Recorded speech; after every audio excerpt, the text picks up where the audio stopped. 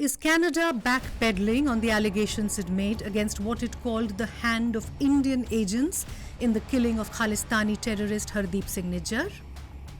A statement by the National Security and Intelligence Advisor to the Canadian Prime Minister now says, quote, "The government of Canada has not stated, nor is it aware of evidence linking Prime Minister Modi, Minister Jaishankar or National Security Advisor Doval to the serious criminal activity within Canada.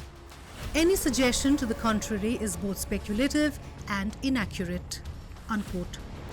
It comes a day after India dismissed a report in the Canadian media that alleged Prime Minister Narendra Modi, External Affairs Minister S. Jaishankar and NSA Ajit Doval were in the know of the plot to kill Khalistani terrorist Hardeep Singh Nijjar.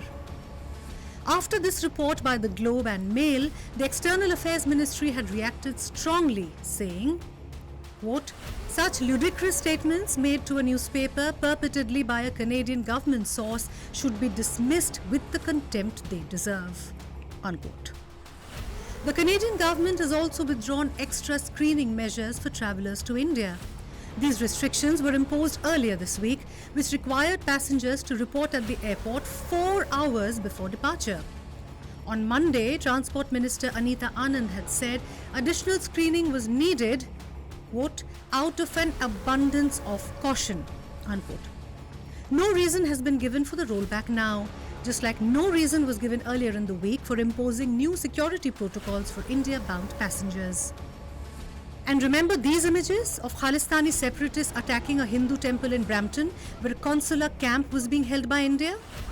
The Indian mission in Toronto has put out this post on social media saying some more such camps have been cancelled. The reason given was the continued inability conveyed by security agencies to provide minimum security against heightened threats. Most of them were not at any places of worship, including one at a police facility. So for all the rule of law that Justin Trudeau preaches, his government was unable to provide security even at a police facility, while Khalistanis continue to have a free run. So what explains Canada's U-turn? Are they scared? Are they embarrassed? Or simply that they now know that making these allegations against top Indian politicians and government officials will not hold water? The Canadian clarification by its so-called National Security Advisor that Prime Minister Narendra Modi, Dr. Jaishankar, India's External Affairs Minister, and National Security Advisor Ajit Doval are not involved in any of the conspiracies that have been bandied about by the Canadians clearly comes at the back of national embarrassment and the kind of ridicule that the Canadians are facing the world over.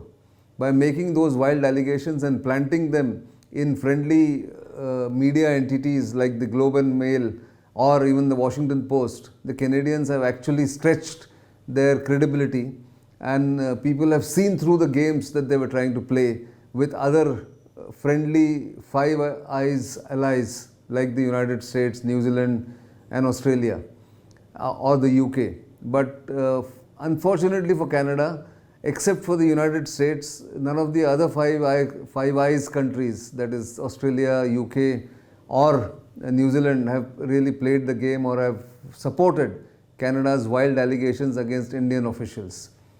This also explains why now India is hitting back very strongly.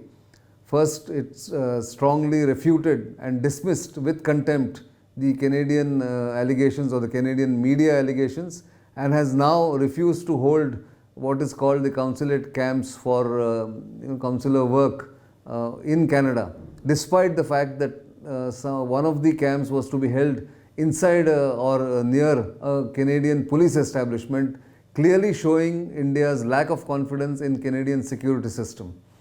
Can't be more insulting than this, and Canada should pause, contemplate and think where they went wrong in their relationship with India.